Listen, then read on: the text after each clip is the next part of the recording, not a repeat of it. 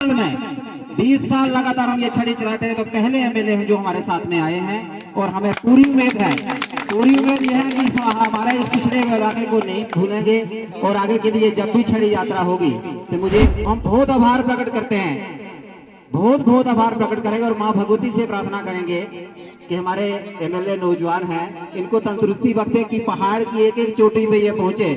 कि कम से कम कॉन्स्टिट्यूंसी को ठीक ढंग से समझ सकें और इस हमारे पिछड़े हुए इलाके को कहीं ना कहीं आगे ले जाने की कोशिश करें। इस यात्रा के बहाने इस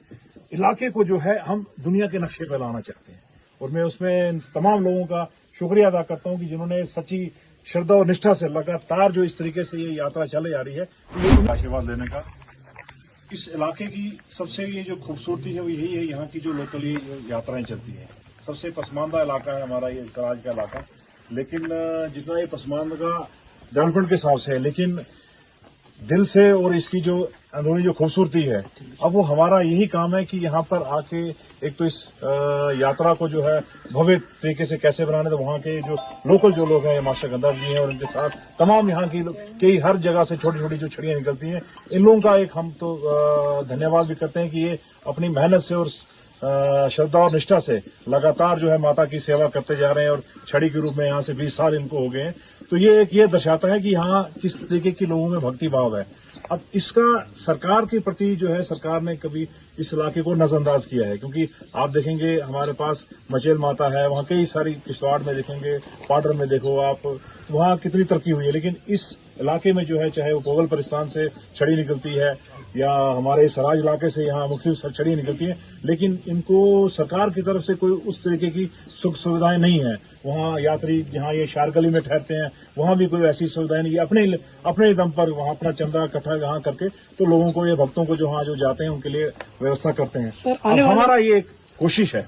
जब से हम आए, मुझे पहली बार यहाँ सौभाग्य प्राप्त हुआ, मेरा यही एक कोशिश है कि इसी माध्यम से, क्योंकि यहाँ पर माता का ही आशीर्वाद जो हमें मिलेगा तब जाके हमारे को तरक्की मिलेगी, इसी का ही मेरा यही यहाँ आने का मकसद भी है कि इस इलाके को समझें, देखें और कैसे इस यात्रा को एक तो आसान बनाया जाए, यात्रियों की सुख सुविधाएं आगे से हम अगले साल से थोड़ी कोशिश करेंगे कि उनको थोड़ी सी बढ़ोतरी कराई जाए और इस यात्रा के बहाने इस